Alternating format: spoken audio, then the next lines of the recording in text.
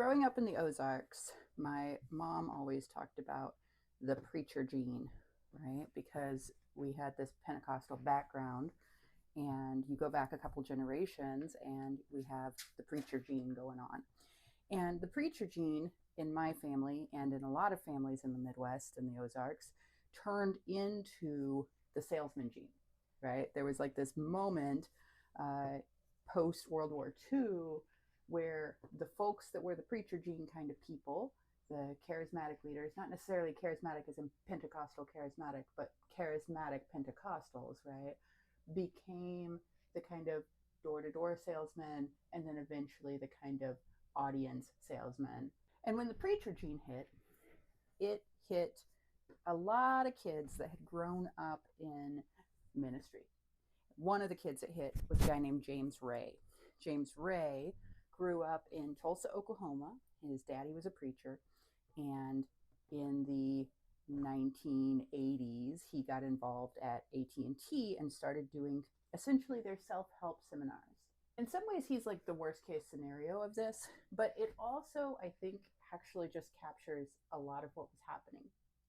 Because the New Age movement, it like ditched the kind of gospel and Jesus parts, but it kept this law of attraction sort of parts and started arguing that people who were looking for some sort of control in their life needed to essentially work with the universe. And it had just a little bit of physics kind of language in it, and it had a little bit of spirituality language in it.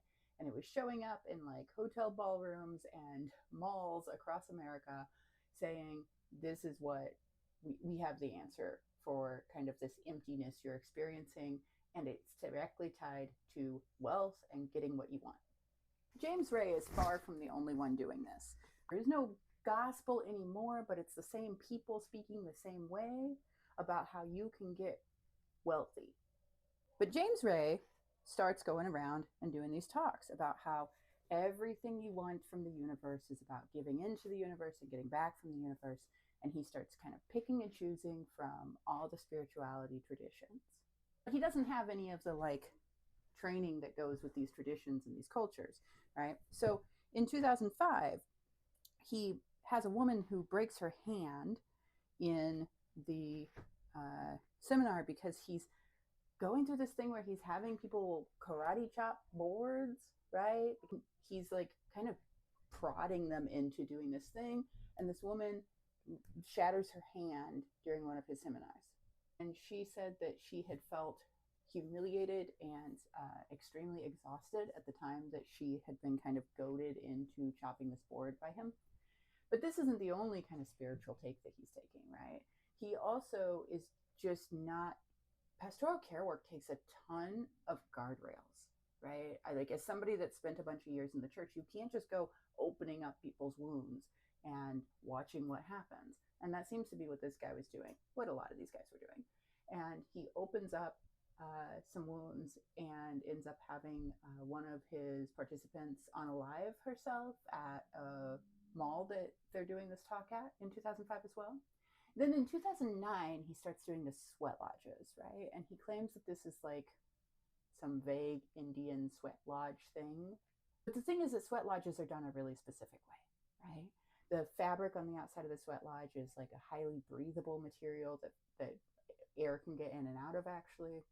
And the people running sweat lodges have like grown up in this tradition and are watching for all the signs of like actual illness.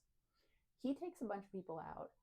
First, he has one guy that passes out during one of these sweat lodges that ends up getting emergency services called. And then in 2009, on October 8th, he makes the big mistake, right? But you can see how this is like mistakes are here and they're just not being stopped. Anyway, October 8th, he rents this place and he creates a sweat lodge. And this sweat lodge, he argues, is a traditional Native American ceremony. He leads 50 people in doing kind of some sort of vision quest where they fast for 36 hours, including no water, in the desert. They stay in sleeping bags. They each pay like $9,000 to $10,000, and for their overnight alone in the desert, they can purchase an additional Peruvian poncho for only $250 extra, which gives you a vibe of how this is going. In the morning after they've done this, they go to a breakfast buffet and kind of gorge themselves on food, and then they go into the sweat lodge. This is the moment that it all like comes to a head, right? That he ends up, two people pass away that day, another woman passes away a few days later from injuries sustained in the sweat lodge. Other people are seriously injured. He ends up serving a couple years for a kind of negligent homicide sort of charge. But it's the overall vibe leading up to this that comes out of it comes out of a post World War II kind of the preacher gene leading to the salesman gene, leading to a bunch of people being hungry for answers, and people taking James Ray specifically, but like a variety of folks taking that hunger that people have, taking that uncertainty, taking the charismatic kind of front of the room leadership and going off the rails with it. And no one was containing James Ray until they got to the point of negligent homicide charges. James Ray served his 2 years for negligent homicide, and he got back out. He started trying to do the exact same thing over again, but this time with a bit more redemption.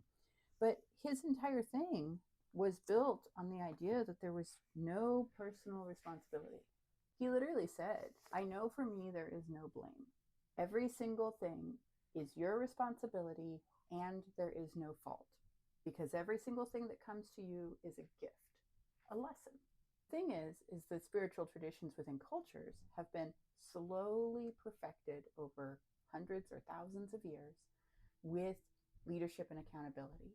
People are being brought into those traditions carefully, understanding what they're doing, watching for signs that it's going wrong, both physically and emotionally. When guys like James Ray come through and basically pick from, when you go through as a little kid the candy store and you kind of get the buffet and you get a grab bag of candy, right? When you're treating spirituality like that and you're ditching your root spirituality to go to other spiritualities, but you're just kind of grabbing the most off the top pieces, you lose all of that accountability. You lose that structure. You lose that practice that has come over hundreds of years of understanding the way that a sweat lodge works, the way that wood breaks under your hand. You can't do these things in a mall without repercussions.